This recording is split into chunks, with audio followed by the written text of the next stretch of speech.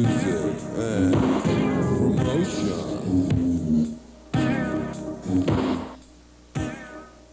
And this is Stoli. He's my rock and roll poodle, and he's been with me for a long time, and he's somewhat of the Freckle mascot. New York, New Rock.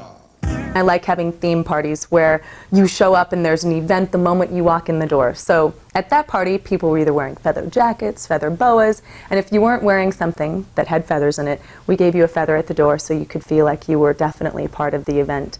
Before that, we had a bikini party that was thrown at Webster Hall, and everyone who was part of that event would come in something like scantily clad and tops and bottoms, and men and women who were men and men who were women, and they were all shoved in and pushed up and kind of, you know, moved all around, so it looked very tasty that evening. I do like theme events, so any one of our parties you can come in and feel like you're part of the crowd.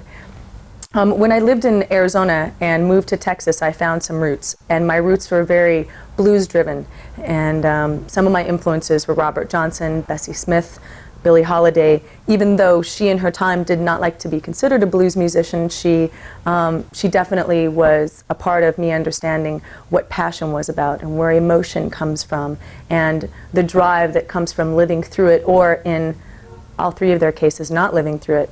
So trying to take from my mentors and learning through, unfortunately, their mistakes, I try to bring some of that to my music and bring something of here to what comes through. I shouldn't say that it's so much my music, it's a gift that's given through you. And so my influences made a part of my life become something that is almost unexplainable for me, although I could try to put it in a definition. But growing up in Arizona and then going to Texas, I found that the educational process of what I was doing was very important to me. I always ask questions, lots of questions.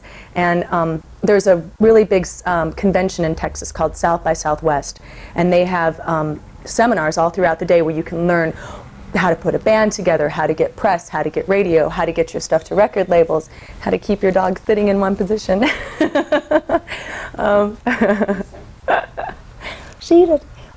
He's a little camera shy, so if you had a piece of cheese out there, he certainly would pay attention.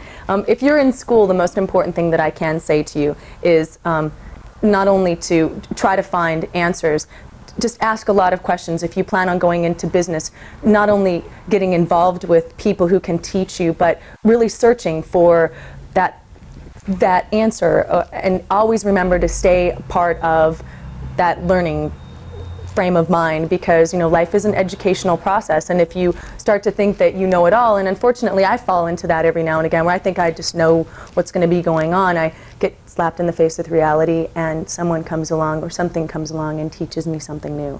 And so since this next clip that you'll see was shot in Austin, Texas at South by Southwest from VH1, I really hope you enjoy it and that you stay in school. See you later.